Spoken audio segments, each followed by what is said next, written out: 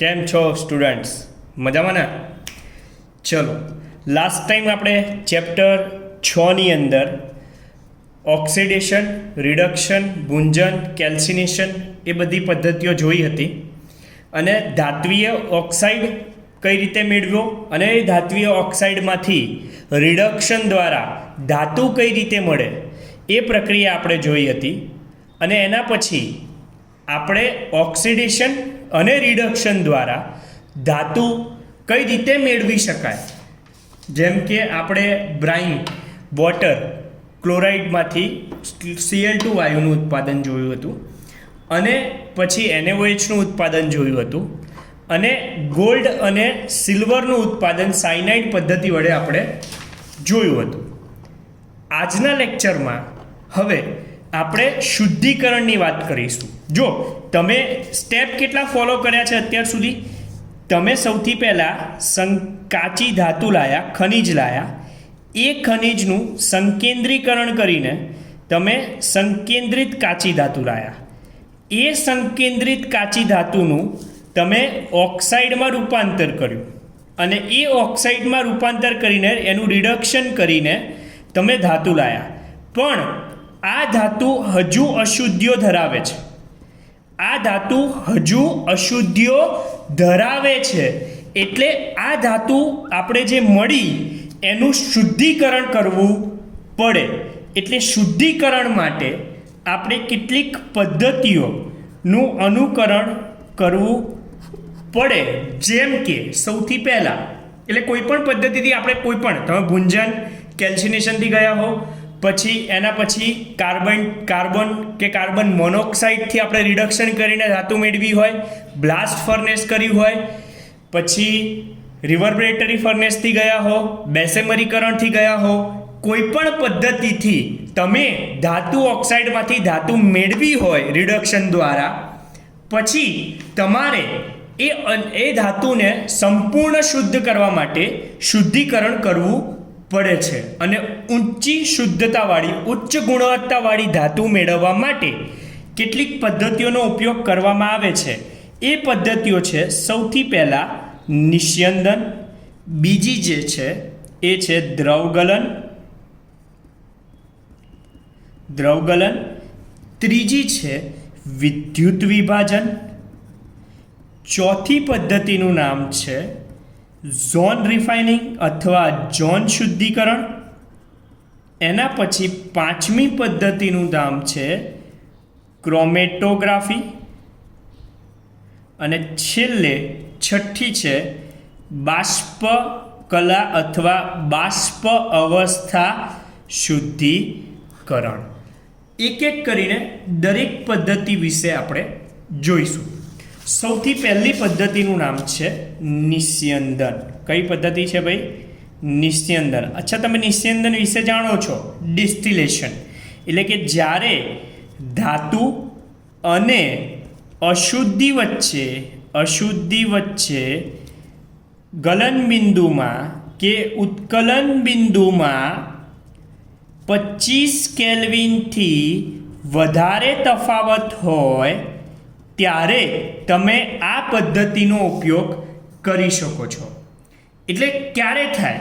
તો સૌથી પહેલાં તમારે સમજવાનું કે અશુદ્ધ જે ધાતુ હોય, જેની અંદર અશુદ્ધિઓ ભરેલી હોય, એનું તમારે બાષ્પીભવન કરવાનું અને એનાથી તમે નિસ્યંદિત ધાતુ, શુદ્ધ ધાતુ મેળવી શકો છો. આ પદ્ધતિ કોના માટે વપરાય? મેં કીધું બાષ્પીભવન કરવાનું છે. શું કરવાનું છે? બાષ્પીભવન કરવાનું છે. એટલે એ વપરાય કોના માટે? તો ઝિંક અને મર્ક્યુરી જેવી નીચા ઉત્કલન બિંદુ ધરાવતી ધાતુ માટે થાય છે. એટલે જે ધાતુઓનું ઉત્કલન બિંદુ અને ગલન બિંદુ નીચું હશે તે ધાતુ માટે આપણે નિસ્યંદનનો ઉપયોગ કરી શકીશું. એના પછી બીજી પદ્ધતિ જે છે એ છે દ્રવગલન. કઈ છે? દ્રવગલન એટલે લિક્વિફિકેશનથી શું થાય કે જે ધાતુઓના જે ધાતુઓના ગલનબિંદુ નીચા હોય એટલે તમે એમને પ્રવાહી સ્વરૂપમાં ઇઝીલી ફેરવી શકો. અને પ્રવાહી સ્વરૂપમાં આમાંથી થઈ શકે એટલે ક્યારે થાય તમે સમજો કે જ્યારે ધાતુ અને જે અશુદ્ધિ છે, અશુદ્ધિ ઊંચા ગલનબિંદુવાળી હોવી જોઈએ અને ધાતુના ગલનબિંદુ કેવા હોવા જોઈએ? નીચા. તો સ્વાભાવિક છે, તમે સમજો કે લિક્વિફિકેશન છે એટલે જો તમે ગરમ કરશો તો શું થશે? ધાતુ ઓગળી જશે, જ્યારે અશુદ્ધિઓ ઓગળશે નહીં. અને ધાતુને આમાં ઢાળવાળી સપાટી પરથી વહેવડાવવામાં આવે જેથી અશુદ્ધિ દૂર થાય અને ધાતુ દૂર થાય અને આપણને ધાતુ અલગ મળે. કોના માટે વપરાય છે? તો ટીન અને લેડ જેવી ધાતુઓ માટે આનો ઉપયોગ થાય છે. ખ્યાલ આવશે? ક્લિયર? ડન. ચલો, એના પછી નેક્સ્ટ જે ત્રીજી પદ્ધતિ જે છે જેનું નામ છે ઝોન શુદ્ધિકરણ. કઈ પદ્ધતિ છે ભાઈ? ઝોન શુદ્ધિકરણ. ઝોન શુદ્ધિકરણની અંદર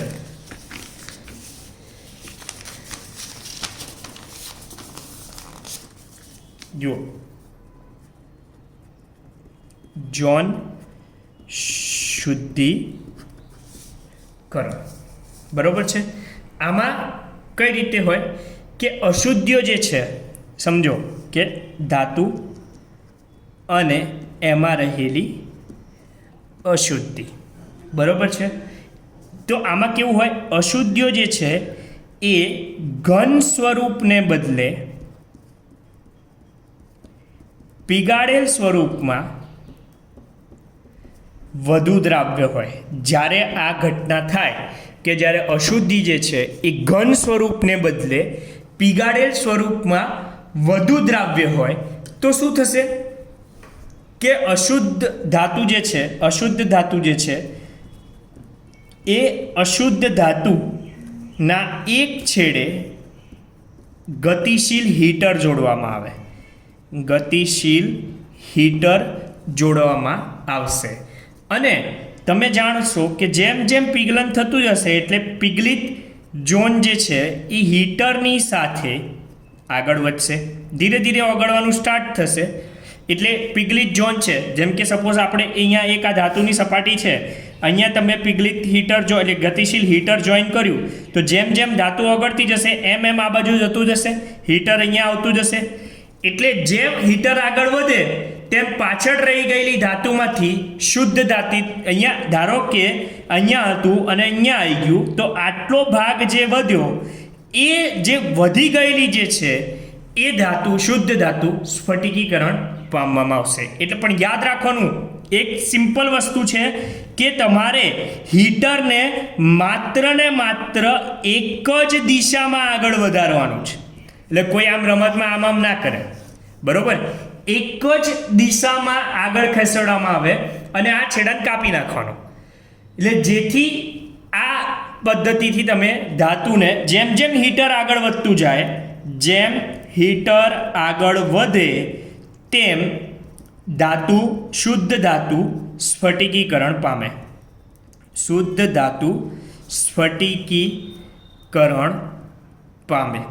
અને આ કોના માટે ઉપયોગી છે? તો ખાસ કરીને અર્ધ ધાતુઓ માટે. કોના માટે ઉપયોગી છે?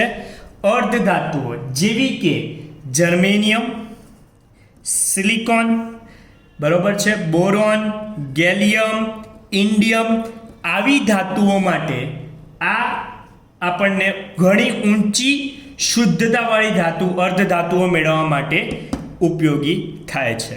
ક્લિયર?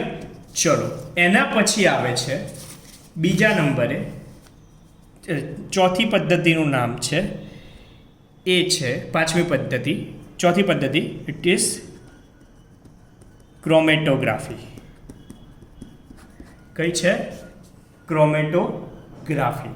હવે ક્રોમેટોગ્રાફીમાં શું થશે જુઓ કે સૌથી પહેલાં ક્રોમેટોગ્રાફી પહેલાં તો 3 પ્રકારની હોય, યાદ રાખી લો. એક છે સ્તંભ ક્રોમેટોગ્રાફી અથવા કોલમ ક્રોમેટોગ્રાફી જેને કહેવાય. બીજી છે પેપર ક્રોમેટોગ્રાફી, બરોબર છે, અને ત્રીજા એ આવે છે ગેસ ક્રોમેટોગ્રાફી. 3 ક્રોમેટોગ્રાફી છે. આમાં આપણે ખાસ કરીને સ્તંભ એટલે કે કોલમ ક્રોમેટોગ્રાફીનો ઉપયોગ કરી શકીએ છીએ. ક્રોમેટોગ્રાફીમાં યાદ રાખજો કે આપણે કયો સિદ્ધાંત વાપરવાનો છે, તો અધિશોષણનો સિદ્ધાંત વાપરવાનો છે. કયો સિદ્ધાંત વાપરવાનો છે? અધિશોષણનો સિદ્ધાંત અહીંયા વાપરવામાં આવે છે. એટલે ક્યારે થાય કે જ્યારે કે જે તત્વો અલ્પ માત્રામાં પ્રાપ્ય હોય, કોના માટે ઉપયોગી છે? તો જે તત્વો અલ્પ માત્રામાં પ્રાપ્ય હોય તેના માટે અશુદ્ધિઓ જે તે તત્વના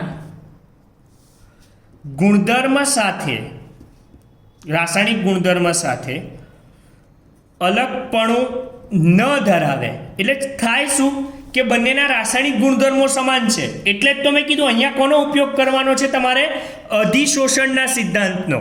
એટલે એવી રીતે સ્તંભ ક્રોમેટોગ્રાફીનો ઉપયોગ કરવામાં આવે જેથી એક જગ્યાએ ધાતુનું કાં તો એક જગ્યાએ અશુદ્ધિનું અધિશોષણ કરી લેવામાં આવે સપાટી પર, અને ત્યાંથી અપશોષણ કરીને, એટલે સૌથી પહેલાં ધાતુ કાં તો અશુદ્ધિનું અધિશોષણ થાય અને એના પછી અપશોષણ કરીને તમે શુદ્ધ ધાતુ મેળવી શકશો. ક્લિયર? ડન. ચલો, એના પછી આવે છે 5મી પદ્ધતિ જે છે એ છે વિદ્યુત વિભાજનીય શુદ્ધિકરણ. તમે જાણો છો કે વિદ્યુત વિભાજન જોઈ શકો છો, તમે બધાને ખબર જ છે કે વિદ્યુત વિભાજનથી શુદ્ધિકરણ કઈ રીતે થાય. બધાને આવડે છે કે એક પાત્ર લેવાનું, એ પાત્રની અંદર વિદ્યુત વિભાજ્ય દ્રાવણ નાખવાનું. વિદ્યુત વિભાજ્ય કયું હોવું જોઈએ? તો જે દ્રાવણનું તમારે શુદ્ધિકરણ કરવાનું છે, જેમ કે અત્યારે આપણે કોપરનું ઉદાહરણ લઈએ છીએ. કોનું ઉદાહરણ લઈએ છીએ? કોપરનું. તો વિદ્યુત વિભાજ્ય દ્રાવણ તરીકે કોણ હશે? CuSO4 હશે. કોણ હશે? CuSO4. એક પટ્ટી તમારે અહીંયા લેવાની. જુઓ, પટ્ટીના ફરક જોજો ભાઈ. આ જાડી લીધી છે, આ થોડી પાતળી લેવાની. તો અહીંયા તમારે શુદ્ધ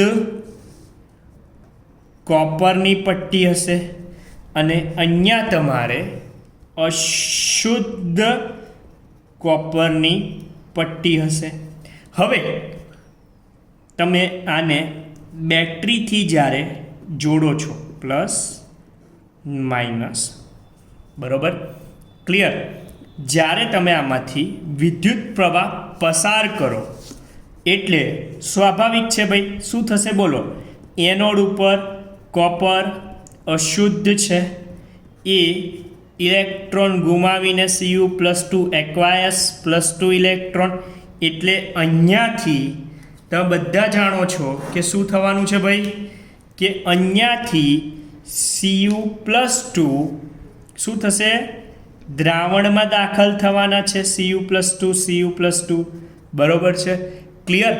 અને પછી આ Cu+2 કેથોડ ઉપર 2 ઇલેક્ટ્રોન મેળવીને એક્વાયસ દ્રાવણના એ શું બનાવશે? Cu solid. એટલે તમે જાણો છો કે અહીંયાથી આ અહીંયા જશે. ક્યારે જશે? કે Cu+2 ઇલેક્ટ્રોન થશે, એટલે બધા કેથોડ ઉપર ચોંટવાના ચાલુ થશે. અને તમને બધાને ખબર છે કે શું થાય આગળ? તો અશુદ્ધિઓ જે છે બધી એ તમને અહીંયા નીચે એનોડની નીચે અહીંયા આપણને અશુદ્ધિઓ મળે છે, જેને આપણે શું કહીએ છીએ ભાઈ? એનોડ મડ કહીએ છીએ. શું કહીએ છીએ? Anode mud. બરાબર છે. તો ટોટલ કુલ પ્રક્રિયા તમે જોશો, કુલ પ્રક્રિયામાં બે ઇલેક્ટ્રોન ગયા, Cu+2 ગયા, Cu અશુદ્ધમાંથી Cu સોલિડ તો છે જ, શુદ્ધ મળશે. શું મળશે? શુદ્ધ કોપર તમને પ્રાપ્ત થશે. અને એનોડ પંખ તરીકે, એનોડ મડ તરીકે, એનોડ પંખ તરીકે તમને કઈ ધાતુઓ મળે? તો એન્ટીમની, સેલેનિયમ, સિલ્વર, ગોલ્ડ, ટેલ્યુરિયમ અને પ્લેટિનમ જેવી ધાતુઓ એનોડ મડ તરીકે પ્રાપ્ત થાય છે. બરાબર છે. એટલે આ તત્વો પુનઃપ્રાપ્તિની, તમે સમજો કે આ મળ્યું એટલે એનો મતલબ થયો કે આનું શુદ્ધિકરણની પ્રાઇસ તો આમાંથી જ નીકળી ગઈ, મફત થયું શુદ્ધિકરણ. તો ખ્યાલ આવ્યો? ડન. ચલો, એના પછી છેલ્લી પદ્ધતિ જે છે, છેલ્લું શુદ્ધિકરણ જે છે એ છે બાષ્પકલા શુદ્ધિકરણ. કયું છે? બાષ્પકલા શુદ્ધિકરણ. જુઓ, એક કરીને તમે આગળ બાષ્પકલા શુદ્ધિકરણની અંદર શું થાય. તો બાષ્પકલા શુદ્ધિકરણમાં એક સિમ્પલ વસ્તુ છે, 2 સ્ટેપને તમારે ફોલો કરવાના છે. પહેલું સ્ટેપ બાષ્પકલા શુદ્ધિકરણમાં, પહેલું સ્ટેપ કે જે પ્રક્રિયક હોય, પ્રાપ્ય પ્રક્રિયક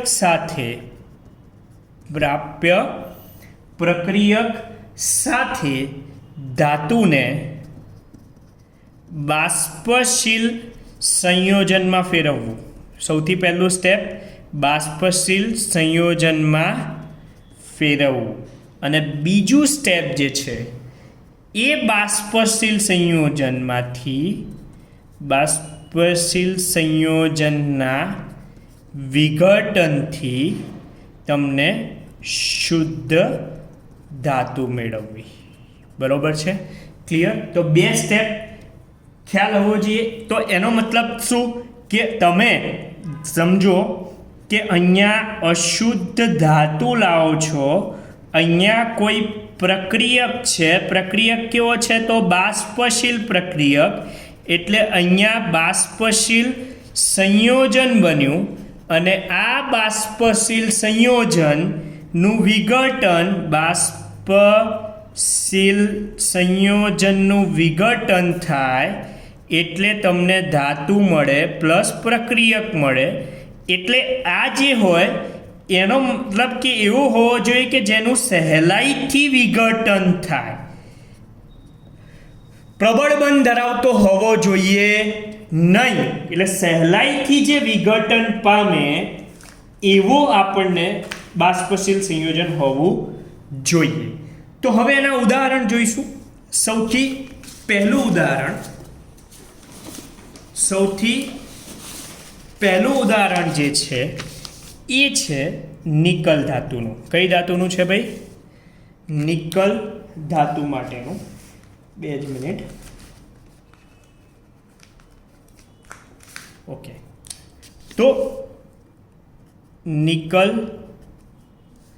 ધાતુ મેળવવા માટેની પદ્ધતિનું નામ છે મોન્ડ કાર્બોનિલ પદ્ધતિ. કઈ પદ્ધતિ છે ભાઈ?